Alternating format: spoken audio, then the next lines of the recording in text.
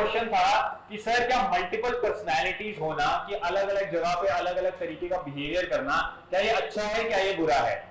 ये अब बाद में देखेंगे, पहले कि ये अच्छा है या बुरा है। हम देखें कि क्या ये हर इंसान के साथ नहीं होता है, क्या हर इंसान हर मोमेंट में हर जगह पे अलग अलग तरीके का बिहेवियर नहीं कर रहा है। तो ये अच्छा या बुरा होना तो बाद की बात है, हम पहले देखें कि ये होता ही क्यों है। हम कैसे फ्रैगमेंटेड है, फ्रैगमेंटेड समझते हो, डिवाइडेड हैं, बटे हुए हैं, हम कंपार्टमेंटलाइज्ड हैं कि ये मेरा स्कूल है, मैं अपने स्कूल में एक तरीके का बिहेवियर करूंगा, और इनफैक्ट स्कूल में भी टीचर्स के साथ मेरा एक बिहेवियर होगा और स्टूडेंट्स के साथ मेरा एक बिहेवियर होगा। और फिर उसके बाद में घर में आ जाता हूं, ये दूसरा कंपार्टमेंट, घर में मेरा एक तरीके का बिहेवियर है। और घर में भी अगर आप नोटिस करोगे तो आप बहुतों का ऐसा होगा कि आप पेरेंट्स में ही मम्मी के साथ आपका एक तरीके का बिहेवियर होता है और पापा के साथ आपका दूसरे तरीके का बिहेवियर होता है। अब ऐसे ही आप अपने फ्रेंड्स के साथ और बाकी अलग किसी कंपार्टमेंट में अलग हो गए। Quite quite. तो ऐसे ये जो सो कॉल्ड मल्टीपल पर्सनैलिटी जो हम देख रहे हैं अपनी, ये कोई यूनिक टू एन इंडिविजुअल नहीं है। जैसी हम लाइफ जीते हैं हम देखेंगे कि यही कंपार्टमेंटलाइजेशन ऑफ लाइफ की हमारी रियलिटी है, इनफैक्ट सबकी रियलिटी है। जिन लोगों से आप टच में भी आ रहे हो वो भी यही कर रहे हैं, वो भी डिवाइडेड हैं, वो भी फ्रैगमेंटेड हैं। हम कहीं ना कहीं बहुत सारे चीजों में बटे ही हुए हैं। तो इसका बुरा या अच्छा होना तो पॉइंट ही नहीं है, क्योंकि हम ये we can not help but be like this, we can not help but be divided, because we do not know any other way of being, because there is probably nothing within us which is harmonious, which has this oneness to it. उसके अंदर हमारे अंदर ऐसा कुछ भी कोई unifying principal, कोई unifying चीज है ही नहीं जो हमें एक जैसा रखे। हमारे ऊपर के भले ही बिहेवियर देखने में अलग हो, लेकिन अंदर से ऐसा कुछ नहीं है जो एक कॉमन पॉइंट है जो इन सारे बिहेवियर्स को चलाता है। तो ऐसा ही यही रियलिटी है हमारी लाइफ की, कि ये डिवीजन होता ही इसीलिए है कि हम एक जगह पे बहुत ज्यादा खुश हो जा रहे हैं, एक जगह पे बहुत ज्यादा दुखी हो जा रहे हैं, कोई इन जगहों पे जाके हम बहुत ज्यादा डर जाते हैं, तो कहां पे हम बहुत ज्यादा ब्रेव हैं। ये सब होता ही इसीलिए है क्योंकि हम अंदर से डिवाइडेड हैं। हमारे पास ऐसा कुछ भी नहीं है, कोई यूनिफाइंग चीज नहीं है जो हमें ये दिखाए कि भाई देखो ये क्यों है। और अपनी ही एक डिवाइडेड पर्सनैलिटी को, आयुष, अपनी ही डिवाइडेड पर्सनैलिटी पे अटेंशन पे करना कि आप स्कूल में अगर हो तो टीचर्स के साथ आप अलग क्यों हो और अपने फ्रेंड्स के साथ अलग क्यों हो। घर में ही आप अपने मम्मी के साथ अलग क्यों हो और अपने पापा के साथ आप अलग क्यों हो। जब तक हम ध्यान नहीं देंगे इस बात पे कि ये मैं अलग हो क्यों रहा हूं, क्या आप बस एक पपेट हो जो अपने इन्फ्लुएंस से चलता है कि आपको कोई और चीज चला रही है? ऐसा तो नहीं है ना।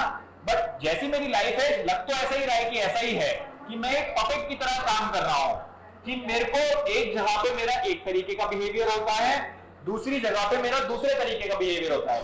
तो मैं क्या देख सकता हूं कि जिन दो जगहों पे मेरा अलग बिहेवियर है वो ऐसा क्यों है। Can I observe my self in those moments जहां पे मैं अलग अलग तरीके का बिहेव कर रहा हूं। क्या मैं जब टीचर के पास आके अपनी टोन बदल देता हूं, टीचर के पास जाके अपना बिहेवियर बदल देता हूं और अचानक से एकदम डिसिप्लिन हो जाता हूं, क्या मैं ये देख सकता हूं कि ये मेरा डर मुझसे करवा रहा है या मेरा ही कंडीशन, क्योंकि मेरे को बताया गया था कि इस तरीके का बिहेवियर करना होता है इसीलिए मैं ऐसा कर रहा हूं। क्या मैं देख सकता हूं वो कौन से इन्फ्लुएंसेस हैं जो मुझे ऐसा बिहेवियर करने पर एक तरीके से फोर्स ही करते हैं। Quite please, quite, listen listen. अगर मैं अपने ही इन अलग अलग बिहेवियर्स को लेके केयरफुल नहीं होऊंगा, डिलीजेंटली ऑब्जर्वेंट नहीं होऊंगा, तब तक मैं अपने आप को ऐसी ही मल्टीपल पर्सनैलिटीज में डिवाइडेड पाऊंगा, ऐसे ही मल्टीपल जगहों पे अलग अलग करता बिहेवियर पाऊंगा।